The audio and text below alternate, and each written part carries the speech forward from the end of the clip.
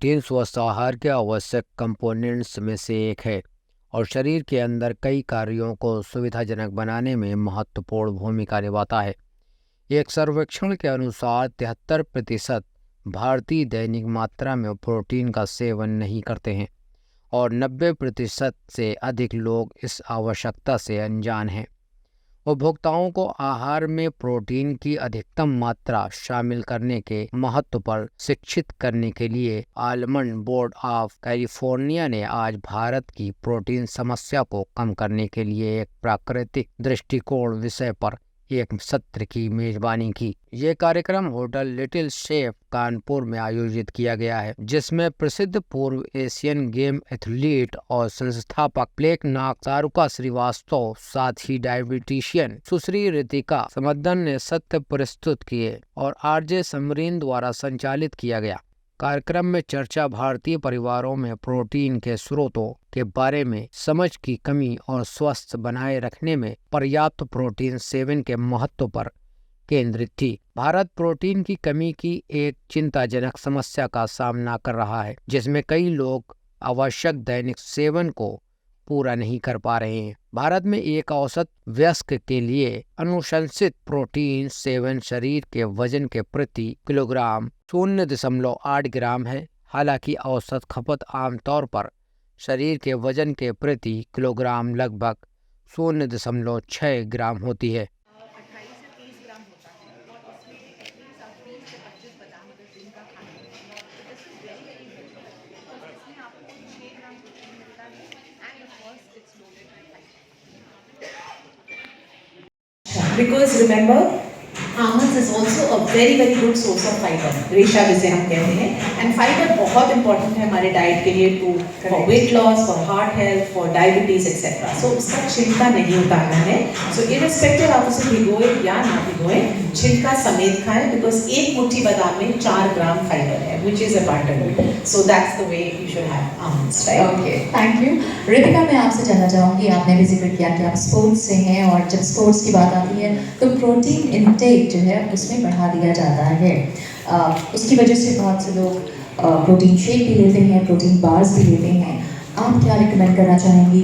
Natural resources की जब हम बात करते हैं तो क्या बेहतर है एक स्पोर्ट्स पर्सन के लिए, या जो अपनी हेल्थ को लेकर कॉन्शियस है वो किस तरह से नेचुरल रिसोर्सेज के जरिए अपना प्रोटीन का जो रिक्वायरमेंट है उसको पूरा करें?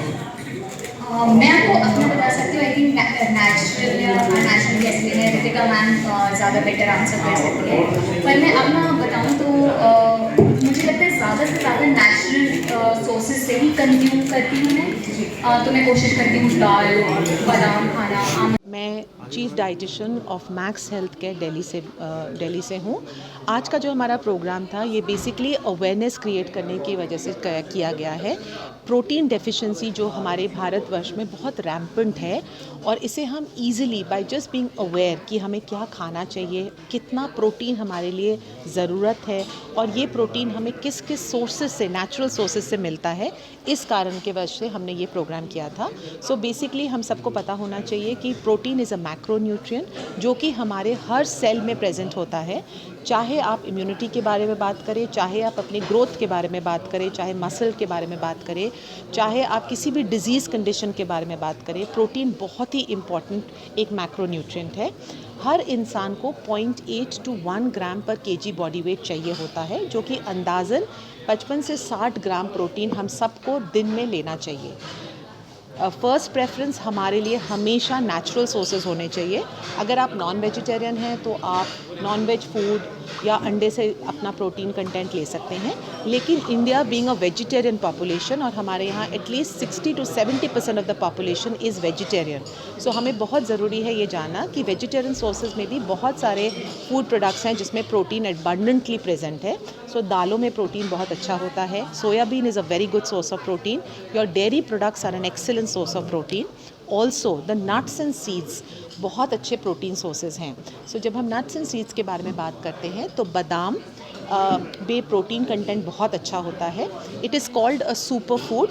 अगर आप एक मुट्ठी बादाम खाएं दिन का, जो कि रिकमेंडेशन है, इसका मतलब अराउंड 30 ग्राम बादाम दिन का, जो कि 20 से 25 बादाम अगर आप दिन में थ्रू द डे खा सकते हैं, तो इससे आपको 6 ग्राम प्रोटीन मिलता है 4 ग्राम फाइबर मिलता है end of course it is also loaded with a lot of micronutrient जैसे जिंक, कैल्शियम, विटामिन ई, जो कि आप हार्ट फ्रेंडली है और ऑल्सो डायबिटिक्स के लिए बहुत बढ़िया माना जाता है।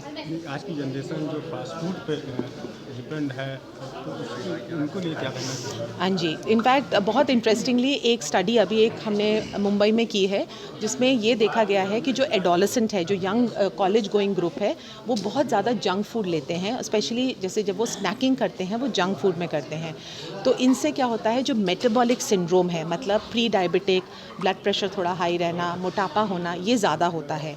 एंड सिंपल चेंजेस अगर आप कर सके अपने लाइफस्टाइल में, उससे ये काफ़ी हद तक इसको रोका जा सकता है। तो इन्होंने इस स्टडी में ये किया था कि जितने भी कॉलेज गोइंग स्टूडेंट्स हैं उनको उन्होंने जो वो अनहेल्दी स्नैक लेते थे उसको उन्होंने एक मुट्ठी बादाम से रिप्लेस किया था। मतलब अगर शाम को जैसे हमें जब भूख लगती है उस समय हम समोसे, पकौड़े, बिस्किट्स ना खा के अगर हम एक मुट्ठी बादाम खाएं तो ये this study was done over a period of 3 months और देखा गया है कि 3 महीने में ही उनके जो शुगर लेवल्स है, जिसे हम HbA1c के से कैलकुलेट करते हैं, उनका जो ब्लड प्रेशर था, उनका जो वज़न था, वो काफ़ी हद तक कम हो गया है।